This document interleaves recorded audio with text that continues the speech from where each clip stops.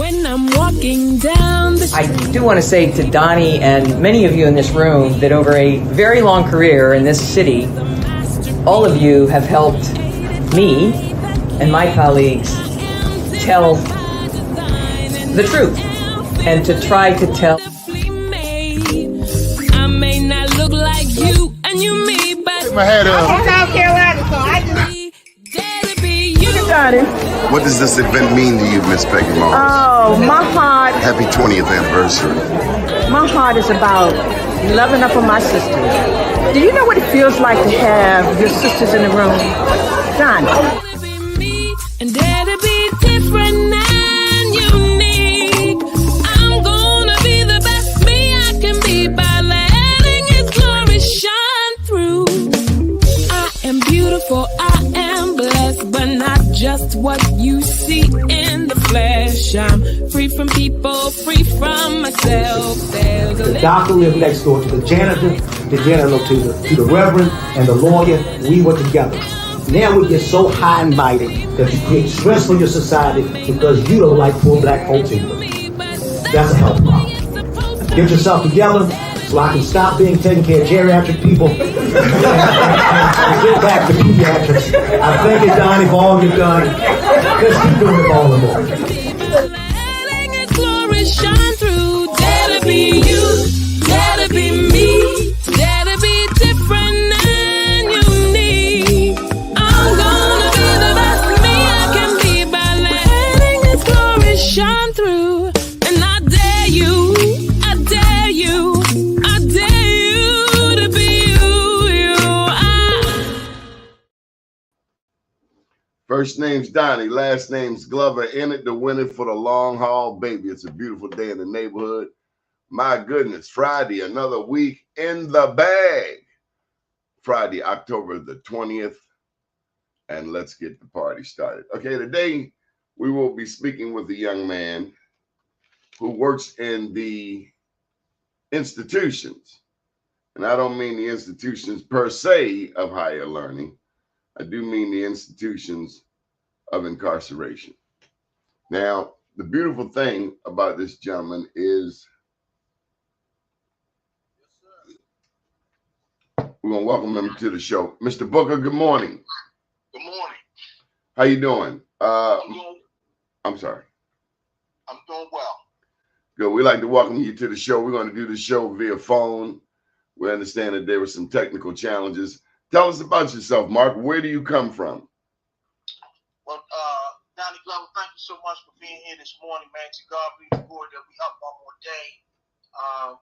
I'm right here from Baltimore City, man. Grew up on the west side. Mm-hmm. What schools did you attend? Yeah, so I went to Grove Park Elementary School, right there at Kennison, right there on the west side near Wabash Avenue. That's where I went to elementary school. Then I eventually went to All Saints, which is on Liberty Heights, and did my ninth grade studies at Northwestern High School Wildcats for a minute, but ultimately graduated from Cardinal Gibbons High School over there on the west side across from St. Agnes Hospital. It is now closed. All male high school for boys. Now I'm going to take a stab at it and put it out there. Was your mom a teacher or your dad? As a matter of fact, neither one. My mother worked for Social Security Administration. She's now retired, and my dad was a U.S. postal worker. Okay, well, somewhere along the line, someone reiterated the significance of education in your life. Amen to that. Yes, sir. Someone understood the score. You know what the score is, Mark? Talk to me. The score is this. My mother did it like this. It was around 1972. We were in East Baltimore. And I hope no one gets offended by this. But here's the score. Lily Glover gave me the score at about 7 years old. She says, black is back, white is right, and tan is grand. I don't think you can get the score any simpler than that. No, sir. Who taught you to score? My dad taught me to score, and my mother. But my father said that the ultimate equalizer is education and knowledge, and that the best thing that ever you could do for yourself, which will be close number 2 to being humble to the Almighty Creator, is for you to get all of the education and learning that you can. And so while I was a student in Northwestern High School, I played a lot, had a lot of fun. It was great. I was in a marching band and doing a number of things. But my father felt like that I was not prioritizing my grades, bringing in C's, and he said that was unacceptable. Subsequently, we're going to cut the playing down, and the score is going to be for you to increase those numbers at Cardinal Gibbons High School. That's what you're going to do. So he transferred me, and I went to an all-boys school, and he stayed right in my space. Coming to various meetings, keeping in contact with my instructors to make sure that all I needed to do was to keep my head down on my schoolwork. Where was your dad from? My dad is ultimately from Baltimore, Maryland. Did he go to Douglas High School? My dad graduated from Douglas High School with his GED after he had his children, yes. I remember complaining to my dad somewhere around 7 years old. You getting there, buddy. You got to cut that camera on. Saying to my dad, I said, I asked him, well, you know what? Let's take it that way. We'll take it that way until you get your camera going. Put it back like you just had it. We had the icon up.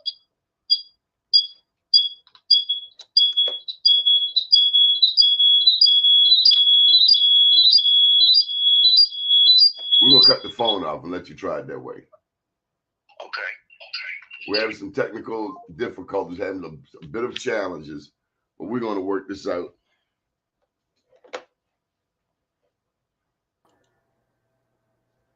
So, Mark, you with us? Yes, I'm here. Can you hear me? We can hear you. We can't see you, but we can hear you. All right.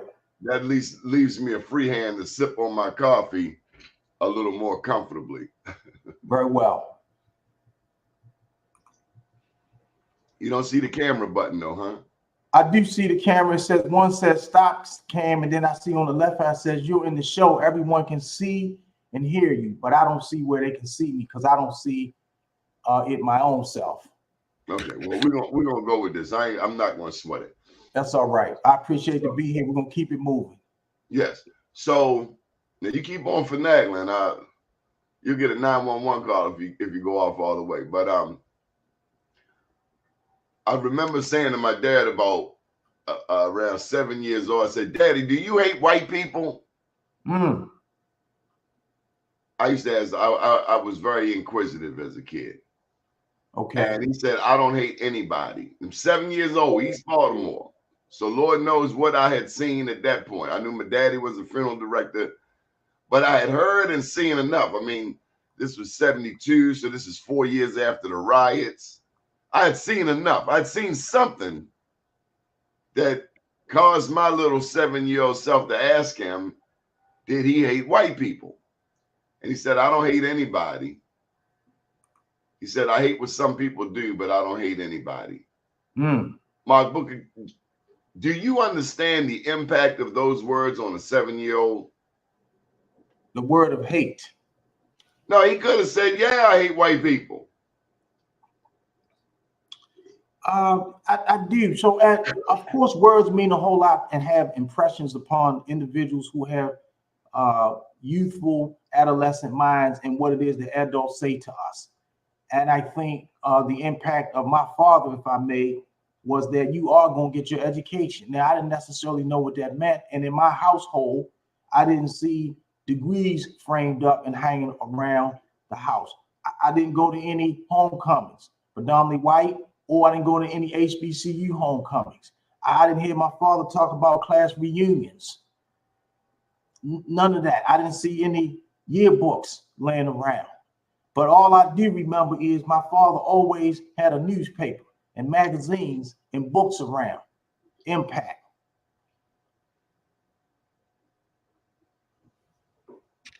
And Mark, I'm 58. I guess you're younger than me, right? I'm older than you, Donnie Glover. I know that. I was just being polite. So Sorry. you remember the riots more vividly than me. Well, I'll tell you this, honestly speaking, man. I do not even remember as a child when Dr. King, Malcolm, Medgar, the DC riots. I do not remember that as a child at all, even though that was taking place when I was a very young boy. And I don't even remember my parents talking about it. So the magnitude of me being exposed to it wasn't until I was a student at Howard University and read about it. I do not have any memories whatsoever. My daddy had a funeral home, East Baltimore, and I remember the National Guard soldiers on our front. So he could have not had an opinion, but you still got to explain why these soldiers out here standing where I normally am playing at, riding my big wheel. Then I remember the tanks coming up North Avenue. They were right on top of the median strip.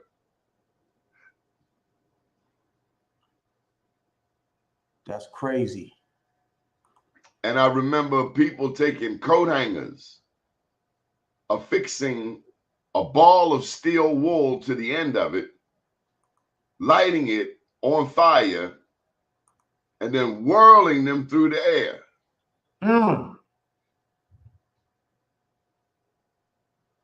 It was kind of like fireworks. Interesting. East Baltimore. East Baltimore.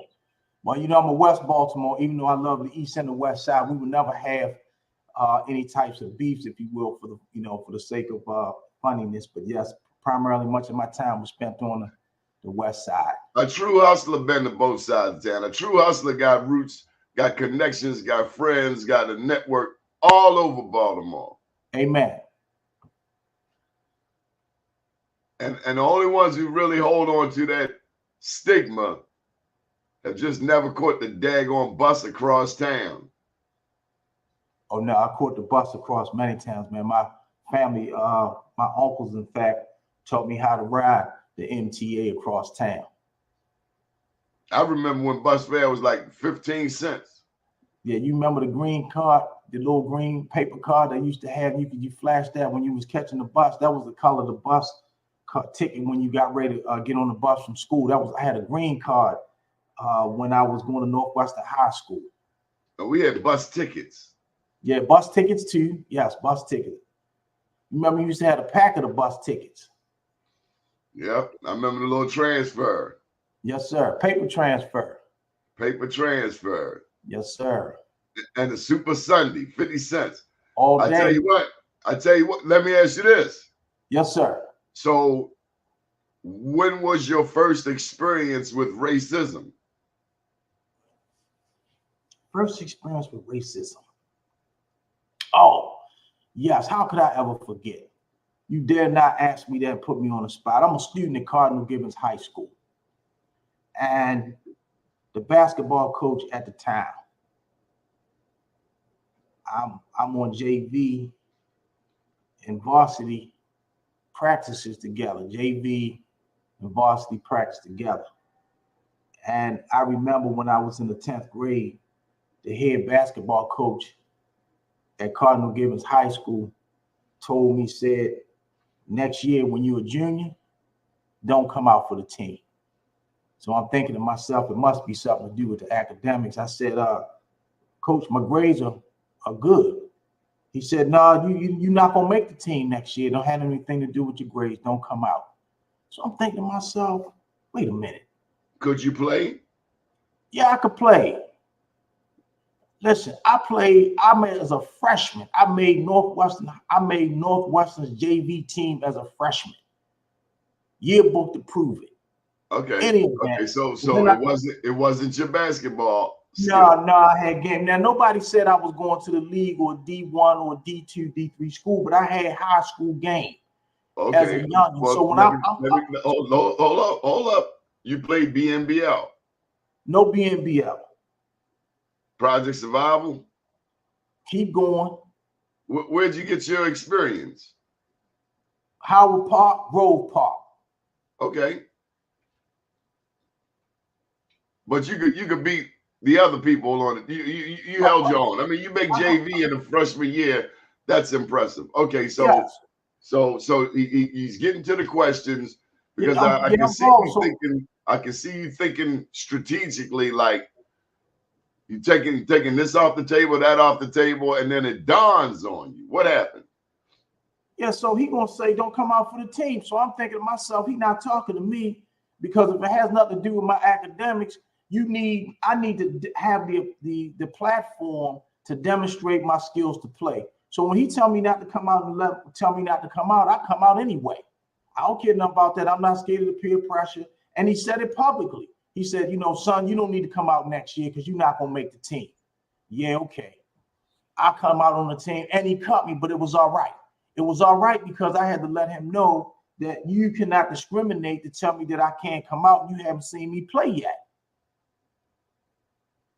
So I get cut from varsity as a junior and I get cut from varsity as a senior. But in my mind, I made the team in my soul because I demonstrated my ability and I practiced with everybody else. So I stayed in shape, still got a chance to play basketball, and I wasn't afraid of the peer pressure of individuals teasing me because I got cut. But yeah, that was my first experience of racism.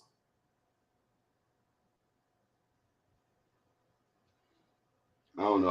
I don't want him to fight. I mean, you ain't take your dad up to school like, Dad, check check this. I told Pops about that, but I told him that was one we didn't need to go do that one necessarily. And so he was cool with that. No, I wasn't even concerned about that one. He could have done you a favor. You could have been so good that you forgot. There you go. There you go. Oh my God. What was it? Oh, yeah, you had the thing covered. All right, we're gonna let you in. All right, the Honorable. Salaam alaikum. Peace and blessings to you. Because you got Donnie fans Glover, all over this place, man. Donnie Glover, it's called perseverance, baby. Yeah. That's all. And I was trying to give you customer service too, because this is the platform that you would ask for. So I was still working on it. Yes, sir. Don't give up. Amen. All right. So Mark Booker, he may have done you a favor because you may have been so good you would have forgotten about your goal. I knew at 13 that I probably wasn't going to go to the pros. Okay. I knew at 13 that basketball was not going to be the vehicle that would take me to wherever the good Lord had for me to go. I understand. And so you learned relatively early too. Yes, sir. I wasn't tripping. So when it was time for me, when I graduated from high school, I still had sports on my mind. I had baseball on my mind. I had basketball on my mind. And Baseball, that's my sport. I actually asked the coach, could in fact I walk on? He said, yeah, just come on. Let's see what your skills were. And I decided, I said, no, let me go with the academics and left the ball alone. The same coach? No, this is when I went to Howard University, sir. Oh, okay. So after I graduated from high school, I still had sports on my mind. Not necessarily whether I was going to go to the league, but I felt like I still had some run in me. Some potential. Potential. Now I went out on the basketball. I was at the YMCA yesterday. My God, this lady was looking from up on the stage, man, up on the platform, because the basketball court is kind of like down in a bowl, in a window. I couldn't hit a layup to save my soul, man. I'm like a black man that can't hit a layup. That's embarrassing. Yeah. I mean, all you got to do is use the glass, homeboy. I was, man.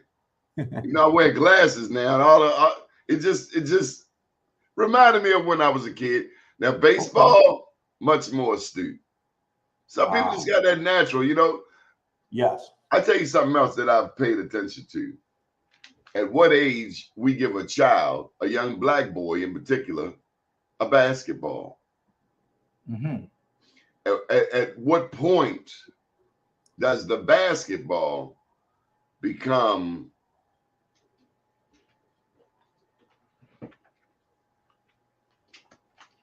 like a book? I can do more tricks with this than I can a basketball. That's true. Matter of fact, I can even write one of these and put my name on it. Yes, you can. Amen to that. Matter of fact, I can do a behind the back and come up with a second book. Bam! Watch yourself, Donnie Glover. Watch yourself. Watch yourself. See, I could think that with a basketball, but it just never. And I thank God for it because it wouldn't be 2 books. And Donnie, just think about that. You probably have, in time-wise, you probably sitting there on at least another 10 books of information that you could do. Collaborations you could do, co-authoring individuals. You know, you've heard me say this before, man. I just want to say it for your listening audience, man. You are Baltimore's John H. Johnson. You are our Ebony Magazine, because it was John Johnson that said that we need to talk about the perspective of African Americans, and at the time it was blacks, and wasn't taking nothing away from Life magazine, Time magazine, and others. But the reality was, you know, he just had to keep it real at that area, and we love to see ourselves in the magazine. His subscription level was extremely high. Everybody had a copy or subscription to Ebony magazine, and if you didn't, you could buy it off the newsstand. And while you were there, won't you just pick up a jet while you added with the Ebony magazine? So you do that for us. My dad had them Black Enterprises. Black Enterprise magazine also. Sure enough. Tell them about the story between those two, John Johnson and Earl Graves. Yes, and in Earl Graves' book, I remember reading it, and I can't tell you exactly what the page and chapter was, but Earl eloquently outlined his irritation to some extent with John, in as much that when Earl Graves was putting together Black Enterprise magazine, John Johnson, and I'm just paraphrasing from my interpretation from Earl's book, is that I'm covering Black economics, Black entrepreneurship, Black finance, Black money, Black businesses. I'm covering that in my, we don't need you to do that. And so at some point in time between the two of them, there was I'm just gonna call it, there was a rift, because John said, I have the material. Earl said, I'm coming. And at some point in time, they did heal. But John felt as though that the media or that the audience didn't need to have a second one, or a book that was covering, a magazine that was covering that.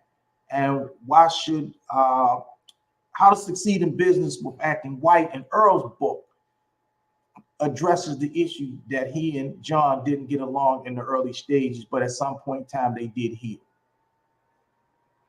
Because think about it, you got two titans, but also 2 magazines capturing aspects of the Black experience, and you want them to be uniquely different. And so Earl Graves went with the business aspect.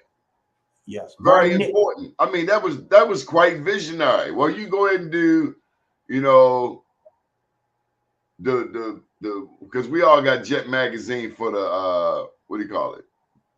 We're gonna say a pop-up. The centerfold. Yes, sir. I'll let you say that. You get the magazine, you just say, who's the centerfold? You don't even buy the magazine. Who got the centerfold? Yes. But for those who wanted a mini version of Ebony was Jet. I'm gonna just give you a quick snippet. Well, that's really what I was thinking about. Jet. Yes. Ebony took too long to get to the point. Jet, boom. Yeah, but I think, and I'll just tell you this, with all due respect, I probably have in my physical possession about 70 or 80 original copies of Ebony magazine. Collector's edition. You talk about Black history written from the publisher, not an edition that was that's been scanned in. I have the actual magazine. All right, so I want to get back to your dad. Yes, sir.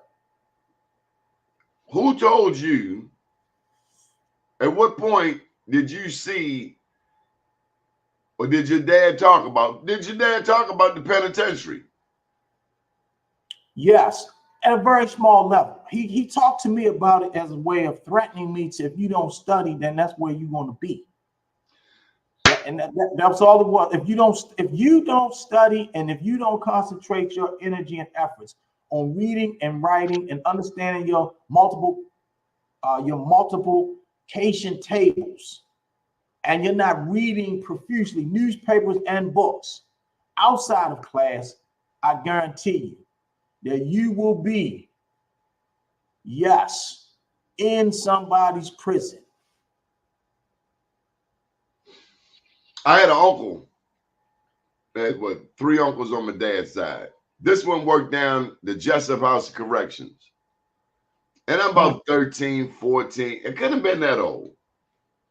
All I remember him saying, now I know he worked in the jail because he come in sometime with the blue corrections uniform on. I later come to understand that they call CO, yes, correctional officer, turnkey. Somebody out there that ring that let me say it again. Hey, turnkey. That's resonating with somebody out there. I know. Now yes, I know you probably don't even know that. Well, you probably man. Turnkey, can I make a phone call? Yes, sir. Uncle Sammy said one thing: don't come down here. He said, don't come down here because there ain't nothing I can do for you. I'll tell you this here, Donnie, if I may just share that about that. I just want to say to Uncle Sam, he up in heaven now. I was a little early to be coming at me about don't go. maybe he felt I needed to hear the message early. Thank you, Uncle Sammy. I cut you off. What you saying? No. I'll tell you, and my father's passed away now, sister, that I can't speak to him. But when your parents tell you some things that they not like just tripping and making up stories, the first time Donnie Glover, Baltimore's own John Johnson magazine, I remember when my father told me, if you keep showing off, not having your academics where it needs to be, and not take reading seriously, you're going to prison. I'm thinking like, come on, Dad, like I ain't committing any crimes. Like, no, so if I don't read a newspaper or a book, I'm going to jail or prison. Like, that's not making any sense. But guess what I found out years later? The first time that I taught students who were incarcerated, I saw my childhood friend there from the west side of Baltimore. We used to play together. And when we saw each other on that day, we almost had rigor mortis in our soul. We stopped immediately and remember how we used to be playmates. And all I could remember was what happened to he and I's friendship. And our parents knew each other. We played bikes together. We played in the street together. Baseball, just running around. And what happened to him? And I didn't go there. Was it because he didn't read? I got a question for you about him. Now you playmates, so you know generally his life. He knows generally your life. Was his father in his life? See, I don't remember. Did he know your father? Well, we both know we had parents, but like we didn't come. See, in that day, we wasn't coming inside each other's house. Our parents knew each other. We played outside from sun up to sun down. There was no need to be inside, so we wasn't coming around. But I'm going to say that but your mother knew. Your mother knew exactly who you were with. Yeah, I think our parents did know each other, but you know, your mother dropped dime at some point. I don't want you down there playing with them no more. Something happened where we get a little too close, and your mother said, I don't like you hanging with them. I don't like their mother. Your mother, she might have had a glass of wine. She started telling you all the skinny. I don't like her ass, and then you leave her kids alone. They badass kids. I'm sorry. That's just how it happened. Right, right. Amen to that. You know, so-and-so was such and such. And then you as a kid better not make the mistake of taking that information outside. Come on, man. You know your mother on welfare. Come on, what you say? You know your mother worked down El Dorado. Watch yourself. It's gonna be a fight. Just hey, you talk too much. And then your parents realize you can't tell that boy nothing. Can't tell him anything. Mark Booker, what is the significance? And now, with all due respect to our mothers, Yes. but we live in a community today. We used to be more married than any other ethnic group. Now I'm gonna need you to put that down. Treat us like you treat CNN, okay? 70% single mother households. Fathers, the fathers are MIA for whatever reason, good, bad, and indifferent. When that boy turns 13 years old and is physically stronger than that mother, she ain't gonna tell him what to do, and she gonna have two choices: put him out or accept that he's the man of the house. A lot of these young men grow up with that mentality: I'm the man of the house. So at 14, he's slinging crack rock, heroin, cocaine, standing on the corner. Mm-hmm. Girl, boy, dimes, blue tops. Got a new pair of tennis shoes, give his mother $50. God forbid she ain't got a dope habit. What happens when the father's not in the house, Mark Booker? 70% single mother, single member households headed by women, black women in the black community, 2023. In the 40s and 50s, we used to outnumber. There'd be more, the percentage of black married people was higher than any other ethnic group, the 40s, the 50s. This is the most oppressed people in America, besides the Indians who just got killed or given smallpox. Only to have a teacher like you had at Cardinal Gibbons to tell your child, don't go out for the team. Wherever he at, I hope he just fall in a damn. If he in a grave, I hope we could dig him up and bury him again. Throw some battery acid on him. Stealing dreams from children. Right. Come on, Mark Booker. What happens when the father's not in the house?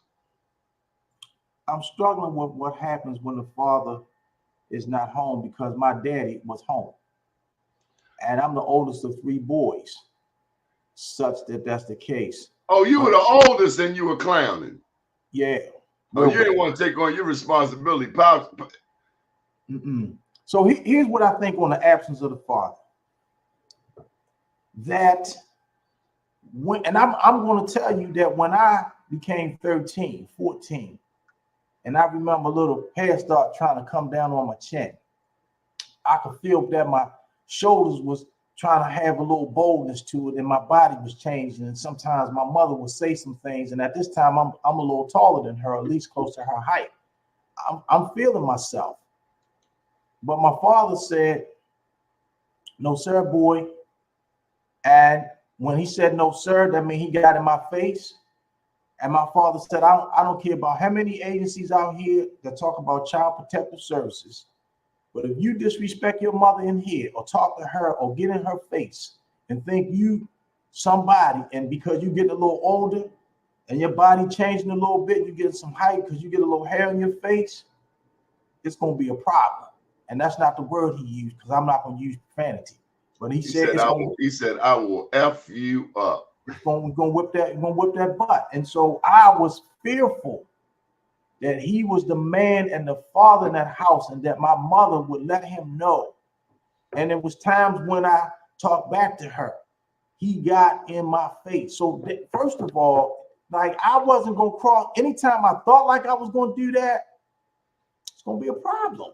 Did he have a ring on that wedding finger? He did. You ever catch one of them back? I mean, I was sitting right here and that thing came. I'm running my mouth. Bruce Lee ain't had, I hear Eddie Murphy talk about his mother with the flip-flop, and his Doc had this whop up. Remember Bruce Lee? I do. Next thing you know, you like, did I just feel metal on my tooth? Yeah. So my father gave spankings. He didn't do none of that hand stuff. I got plenty of them. I probably got more than I think that he should have gave me, but I bless his soul. He's saving your life. I tell you what, how much time did you do in the penitentiary? Me? Yeah. 0. Same here. So See, I think if the father don't put the fear of God in his child, yes, you leave it for the CO and the 5-0. listen, man. Here's the real story. If you don't put your hand on your child, and I'm not necessarily talking all physical, but if you don't get in your child's face, you leave it to the criminal justice system to do it. It's only one or two things because it's gonna happen. So if they not listening at home, they're not gonna listen in the street. And when it's time to get ready to get in the street, the system gonna put their hands on you. The street system and the criminal justice system gonna put their hands on them. And so as a consequence, my father taught me at an early age about peer pressure. Now you either can do what I tell you or listen to them in the street. Now what you gonna do? And there was times where I was like, I'm gonna come in a little late. I'm gonna test it. Yeah, I remember one day I got in just a little bit after it got dark. My father was sitting on the front steps at 3811 North Rogers Avenue off of Liberty Heights, right smack in between Wabash Avenue and Liberty Heights. And when I walked up to that house, he was sitting on the front steps by himself. And he wasn't chilling with a newspaper or just enjoying the breeze. He was waiting for me. And I could, as I was coming up the street, I start sweating. I could feel him. And all I'm gonna tell you is, bro, never did I come home ever late again. And that was the transformation of my peer pressure.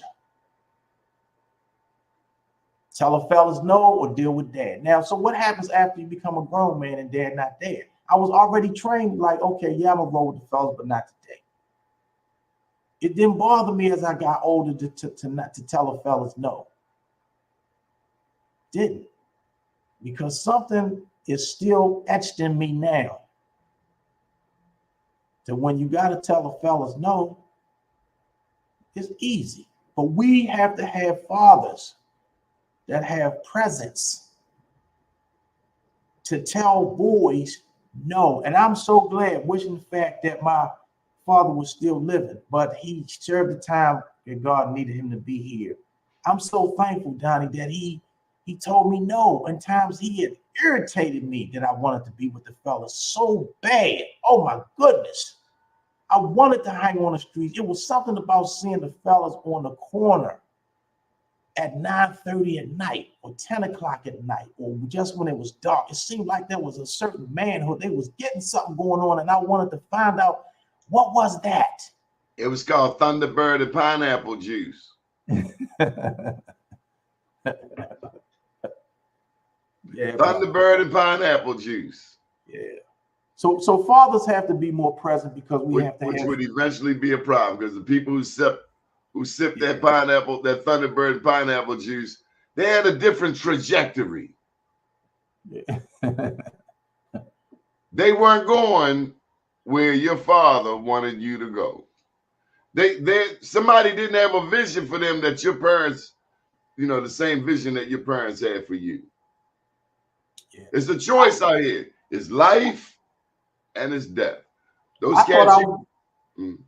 I thought I was being deprived by that I couldn't hang out on the corner. Because I didn't see as a 13-year-old or 14 or 12, even 15. I didn't see that, I didn't see them standing on the corner that was harmful. You didn't see the connection. No, I just thought that they were just having fun after dark, and just like they were laughing, they were talking, and anytime they wanted to be on the corner, weed. I didn't see them doing that either necessarily. Somebody had some weed. Somebody had some. Listen, I now know as an adult that hanging out on the corners was only in front of the liquor stores. So I now know what that was. And it was a song. It was a song. Woo woo. Yeah, they were doo-wopping at the time. But doo-wop. Yes, I thought that they were having so much fun that I wanted to be there, not knowing what that influence was. But my father knew. So fathers being present have to have strong relationship between mom and dad. Fathers being home have to say, even if it's a beef between them, I still need to stay home. Fathers need to know that we must have patience to stick around anyway, in spite of the condition. Even if your soul is hurt because you're not the breadwinner anymore, you got to stay. If you got kids, you just got to stay. Or if you're no longer in a relationship with that woman, you still have to be in that child's life. Got to be in a child's life as much as you can. You must. As much as you can. Otherwise, you could be looking forward to some visitations over the jail. And now the system is so insidious, they want to lock you up, the father, if you don't pay child support or take your license or deprive you of some other freedom. And then, so let's go to this lady's question. We're going to get to it. Damn, the show damn near over. It ain't my fault. We had to bring you back. Okay, let's get to this lady's question. So, black women are the fastest growing. You teach education at the cut. I do. College education. Students at Bowie State University Prison Education Program. I'm one of the lead professors at Jessup Correctional Institute. Okay, so we know that black men, America has 5% of the world's population, 25% of the world's inmates. Half of them are us, black men, with black women being the fastest growing demographic. So this young lady's question, is there a difference? And then also halftime the father isn't there because of mass incarceration. Do you encounter this scenario of women inmates? Very little. I will tell you that at the MCIW, Maryland Correctional Institution for Women, that I'm a volunteer in their book club, but I don't teach actually there. I think part of, is there any educational barriers, difference between men and women in prison, is that because there's so many men in prison, and we have so many correctional institutions where men are incarcerated, it just happens to be the priority. And I think it's terrible that there's not more education for women, even though it's less prisons. So I think that is there a difference in the educational barriers? Probably, because I think that women crave the rigor and adjust themselves around academics different from men. We as young boys and men, we have probably played too much in school and didn't get the basis. Whereas women, I think they study differently. So I don't think there are any. I don't think that there are any. Also, society is more accepting of the black woman. Who wouldn't want a black woman working in their business? But you, oh, you're a threat. Understand? And you got a degree too. Not only are you going to take my business, you're going to take my family. You, yes. educated black man, you are a threat. Be not mistaken. And the only way I'm gonna let you in is you gotta show that you're non-threatening. I'm gonna need your voice to sound a little differently than those guys on the corner. You have to tone that bop down. You know what a bop is. Yeah. And so then a black man is all discombobulated and find himself reading all kinds of revolutionary books and going to the library because he's just trying to find out who he is. And then he run across the likes of a W.E.B. Du Bois. Come on now. Talking about the souls of black folk. And then you come to realize that your experience in 2023 is not much different than his experience in 1923. Two souls, two strivings, two warring ideals in one dark body whose dogged strength alone keeps us from being torn asunder. Or you might read some Frederick Douglass. Come on, Don. Talk and about you read it. that I'd rather be who I am, a black man. Or some Malcolm X. Some Frederick Douglass. Or some Constance Baker Motley. Or Ella Baker. Yeah, them two. Rosa Shirley Parks. Chisholm. Yes, sir. Mary McLeod Bethune. Our Vice President, Kamala Harris. Okay, we don't have to go there. I'm just saying, I'm adding her to the list. I'm gonna tell you what the streets say. The streets say she got to where she is locking up black people. So here we talk about mass incarceration. But let me tell you, I had a conversation with a cop friend of mine. Okay. 4 years ago. I was so mad with him at what he said. He said, we got to build more prisons.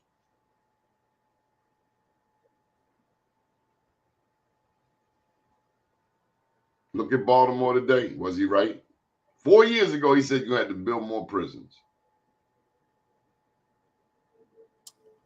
Joe Carter don't want to give him no time. Other people say lock him up. How you gonna feel when you behind the barrel of that 38, that 357, that Mac 11, that AR, with a little kid ain't old enough to wash his own hind parts? Talking about give me your money. What you think should happen to him? I'm gonna answer with a long answer, if I may.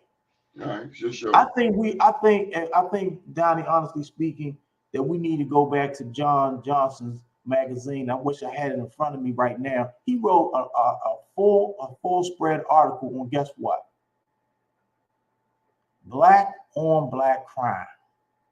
He discussed it thoroughly in that book. I think we as a community need to look at that.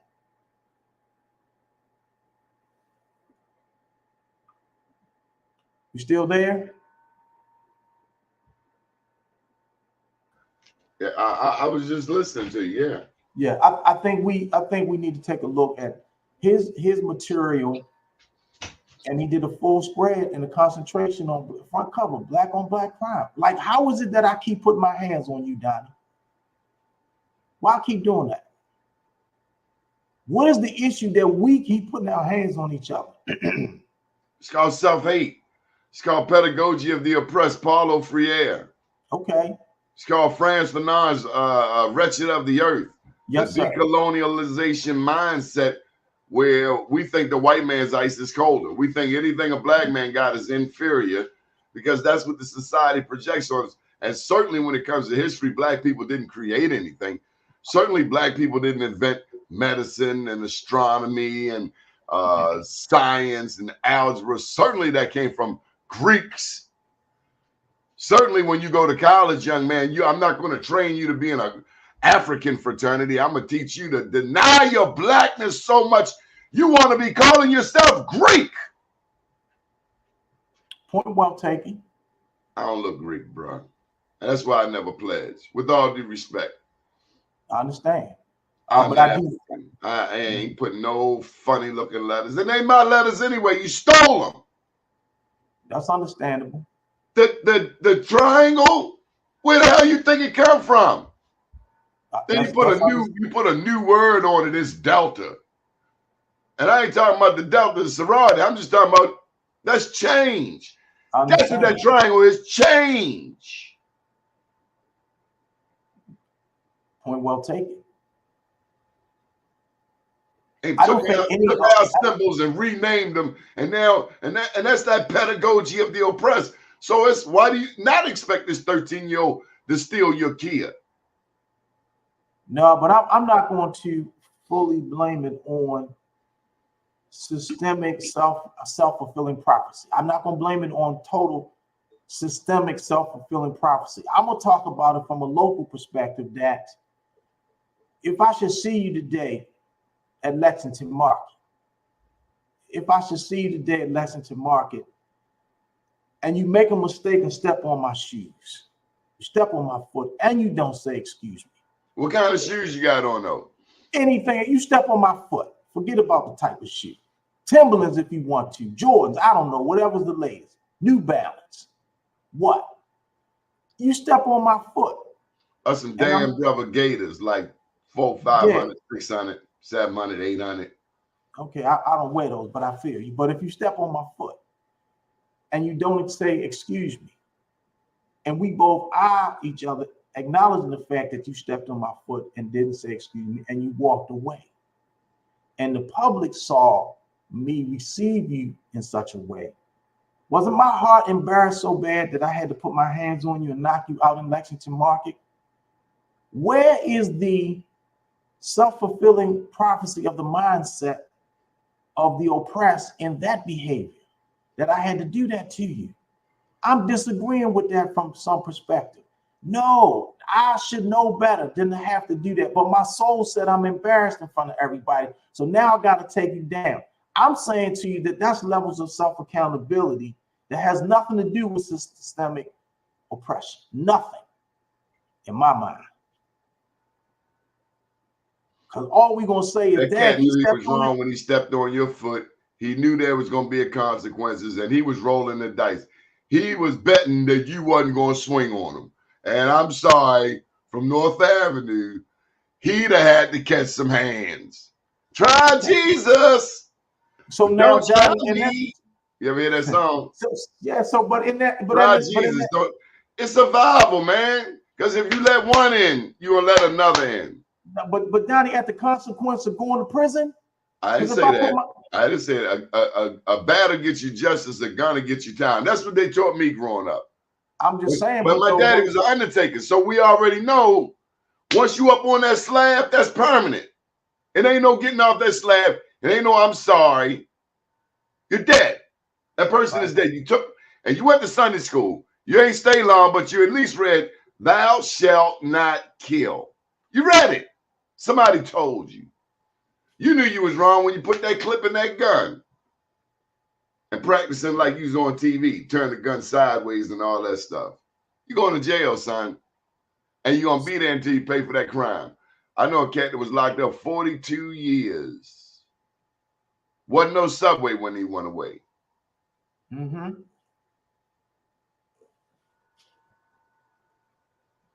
Wasn't no black mayors when he went away. Now look at us.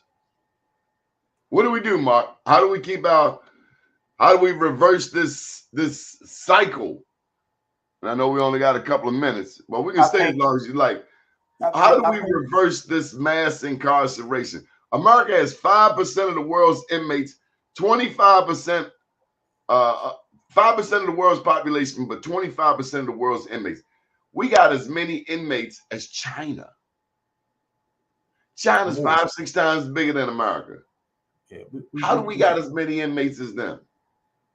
And then we have the audacity to call the Chinese, the Russians, oh, they're communists. Muhammad Ali said, ain't no Viet Cong ever called me the N-word. Right. Yeah. I think I don't. Let me Would say you this. die for this country, man? Say it again. Would you die for this country? What you mean by that? Would you go to war?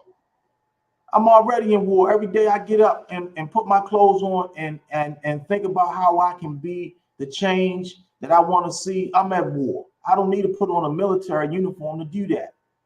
I'm in war. Every day that I get up and think about how many situations that our communities need to improve, I'm already at war. When I get up in the morning and I get up and go to work and put on my clothes, that's my uniform. I'm going to war. At any given point in time, I can step outside. God be forgiven that does not happen to me. But, you know, I could walk across the street and something could happen. I could get a stray bullet. Of course, I don't want none of that to happen. But I'm at war. It's dangerous in our communities and the work that we do. So I make that point to say that you don't have to have a gun in your hand and put on a uniform to do that. With all due respect to those that do protect our country, I'm glad about that. But I don't think that's my calling, and neither is that my assignment to do that. I believe, yes, go right ahead. What do you believe?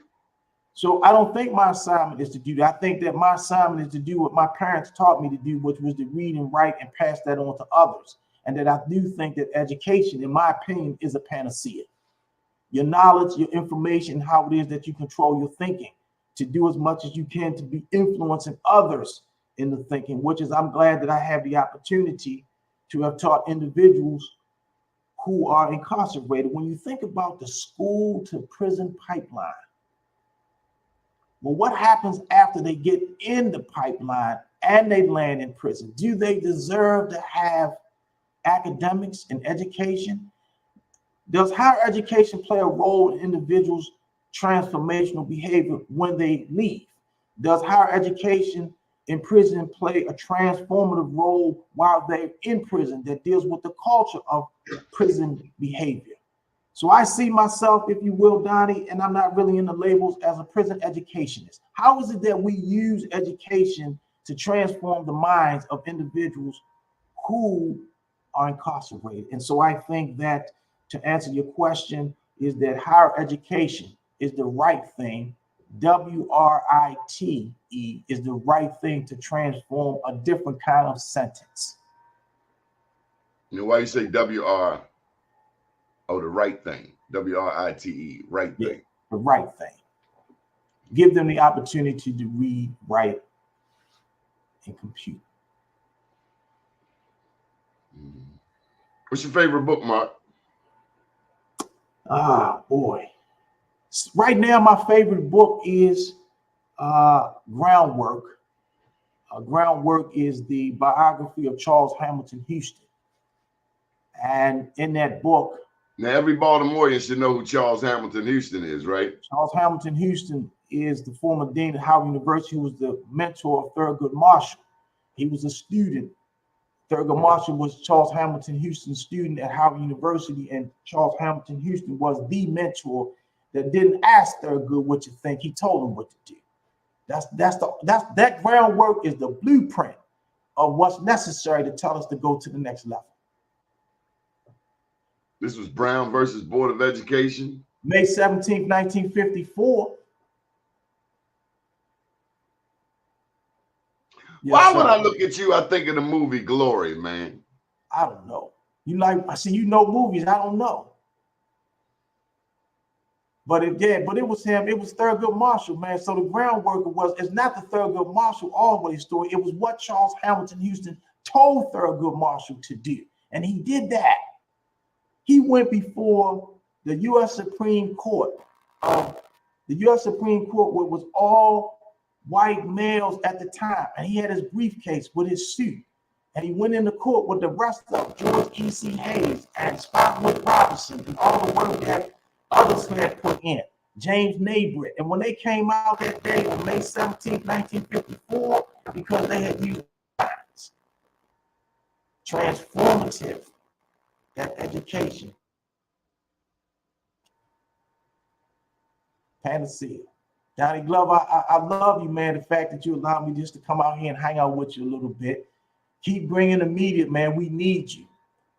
We need you. Did you have a favorite poem growing up? That's my story, and I'm sticking to it.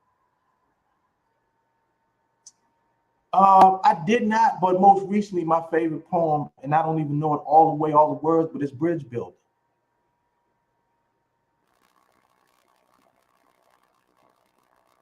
You want to share some of it? Old man going to Long Island. Came like the evening, cold and gray, to a chasm vast and wide. He says, "Good friend, I am building this bridge for him." So that's the short of it, giving out time, but that's my favorite poem, Bridge Building. Oh, we control this time. I'll just let you know, this is the internet. We can stay as long as we want. I respect your schedule, but it looked like the government or somebody, the three-letter people, have started zapping the show. We got all kinds of technical. You mentioned Charles Hamilton Houston. Yeah, the hoodsman then gone crazy. But it's all good. I think you didn't tap them enough. This gentleman, as a matter of fact, Donnie, I'm on my way to a meeting now. Yeah, I'm on my way now to a meeting for prison education that's going to start in 1 hour. So I'm looking forward to coming back again if I may. Yeah, on a different computer. We're going to have to send you to one of our safe houses. This isn't the first time this has happened. We've had three-letter forces try to mess up our flow, but you can't stop this, homie. All right, anyway, Mark Booker, we appreciate you. Shout out to all of the people who have watched, and have a safe weekend. Good morning. You do the same, Donnie Glover. Be safe. Thanks a lot. Appreciate you, man.